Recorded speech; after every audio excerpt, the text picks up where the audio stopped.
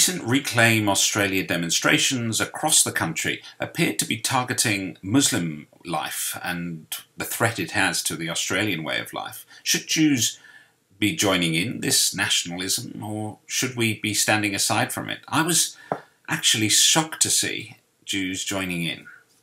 So it was great to see the Jewish Community Council of Victoria condemning the Reclaim Australia rallies. Racism certainly must stop with me and with every other Jew. But you're all still here doing the right thing, because we're not going to get nothing out of it, but our children and our grandchildren will. There's no doubt that the Jewish community in Australia can speak up for the Muslim community and help tackle Islamophobia head on. We can surely do a better job than some others. Good afternoon, everybody. This video is about the Reclaim Australia rally nationwide. I'm here to let you all know it is a peaceful rally. There is no violence, there is no anger, there is nothing involved in it. It is 100% peaceful. They had promised peaceful demonstration, but when confronted by people calling them racist, violence broke out in Melbourne.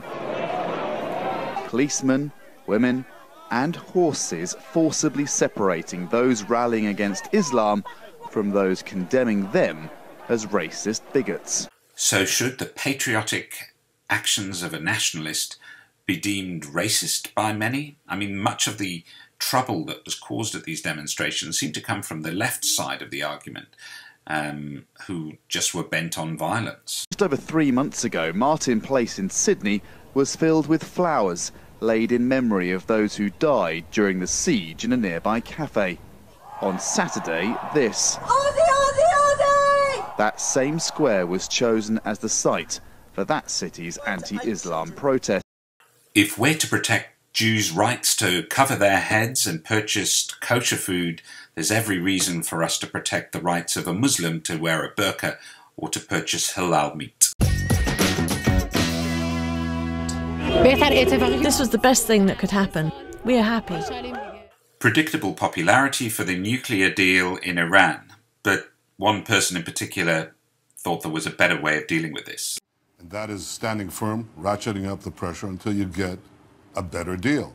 And a better deal would roll back Iran's vast nuclear infrastructure and require Iran to stop its aggression in the region, its terror worldwide, and its calls and actions to annihilate the state of Israel. Does Mr. President understand this concern? And the Israeli people are right to be afraid of the environment that they're in right now. I mean, they're going to watch this video. What would you say to them to persuade them that this is a deal worth pursuing? Well, what I'd say to them is this. You have every right to be concerned about Iran. This is a regime that at the highest levels has expressed the desire to destroy Israel, that has denied the Holocaust, that has expressed venomous anti-Semitic ideas, and is a big country. So it is actually a good deal then? I think the actual deal, or the sort of kind of deal, to have a kind of deal with parameters of a deal, it looks like a deal, is a disaster. So does a Jewish state get anything good out of this deal? Yesterday, an Iranian general brazenly declared, and I quote, "Israel's destruction is non-negotiable."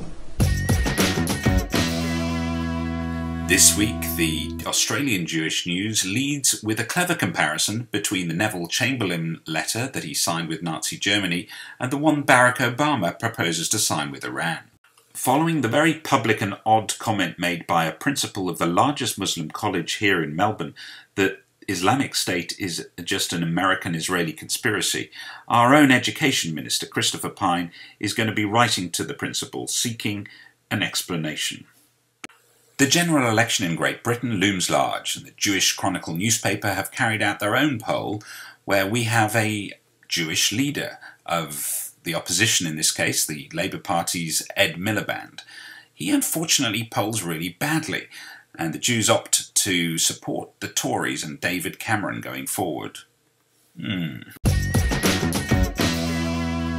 When I was growing up, one of the most extreme right-wing individuals was Jean-Marie Le Pen, the leader of the National Front in France. His daughter, who was voted as the leader of the National Front in 2011, has decided this week to set herself apart from her father and wants him excluded from the party. This seems like a rather interesting move, and certainly a very politically savvy one by the daughter of the father who has led the party for so many years. She clearly wants to be set apart from his views that the Nazi gas chambers were just a detail of history. However, she herself and the party today are probably further to the right than almost anyone can imagine, and are a danger to all of Europe. Préserver le pays, garder la France. Aux Français. Aux Français. La France aux Français, la liberté. Why are you here? What's important to you? Parce que chaque citoyen a un pays et chaque citoyen doit défendre son pays.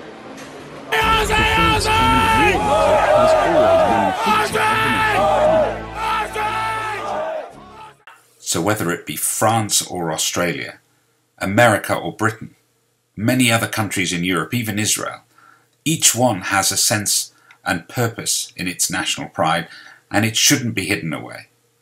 But at the same time, the multicultural societies which exist in each of those countries should also be allowed to shine.